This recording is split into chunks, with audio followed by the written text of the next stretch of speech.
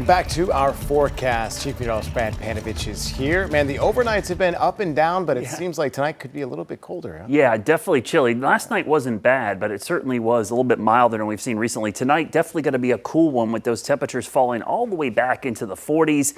Again, some 30s, pretty close to normal for this time of year. But tomorrow we're back above average with temperatures back in the mid 70s. Our average high around 71, average low around 46 this time of year. So we're starting to see it get cooler and cooler. By the end of the month, those averages are in the 60s and the mid 40s. Now, we will see a cold night tomorrow night. This is a freeze watch, meaning conditions are favorable for a freeze to happen tomorrow night into Friday morning in the mountains right now. The first widespread freeze. I know we've seen a couple spots, especially the ridge tops in the past couple of weeks, but this is pretty late for the first widespread freeze. Typically that happens towards the beginning of the month, not towards the end. So we are running a little bit behind schedule in the frost freeze department, but not a bad thing because this extends the growing season a little bit longer into the fall for many folks, but it will be one of the coldest nights we've seen so far. Tonight, clear skies, great viewing. Comet Lemon, if you haven't checked it out yet, you still got time through the end of the month. The key here is you can't see it with the naked eye, which means you need some help.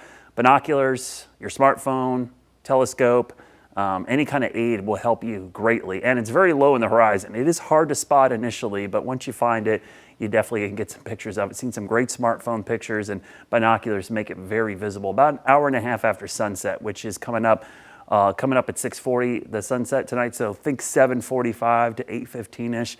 The sweet spot seems to be just before 8 o'clock in the evening. Now, we'll be clear and dry next couple nights, so you get some views of that. By the weekend, some increasing clouds as we start to see a pretty significant pattern change going into next week. Look at the 5-day rainfall forecast. That's all because of what's coming on Monday, because the next 4 days were dry. But Monday, I would say even starting Sunday night, we'll start to see some moisture moving. We've got a southern branch of the jet stream down here bringing in some rain. So for the first time in a long time, I'm looking at some widespread rain to start next week. But with high pressure to the north, this is a cold rain. So just potentially some temperatures in the 50s with rain. A secondary shock comes in Tuesday into Wednesday. So a couple waves of rain and then turning cold and dry as we go towards Halloween. Right now, Halloween's looking fine, just a little bit chilly. Why are we seeing the pattern change? Finally, the jet stream is dipping down to the south like it's supposed to this time of year. So cold air coming down, but also we're tapping into some Gulf moisture. That will allow for the first time in a long time to show a map in the 6 to 10 day range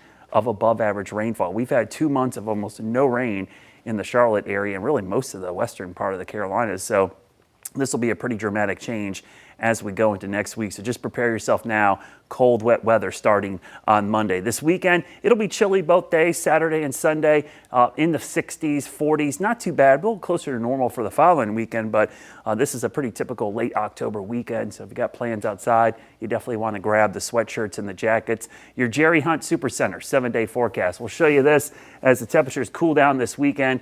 Cool day for Panthers on Sunday, but next week, man, Charlotte FC game for that playoff game. Ooh, that's going to be chilly with temperatures likely in the 50s. Just prepare now. You're going to want the ponchos. And as we look at the 10-day forecast, things do dry out in time and stay cool as we go towards Halloween, which is next Friday.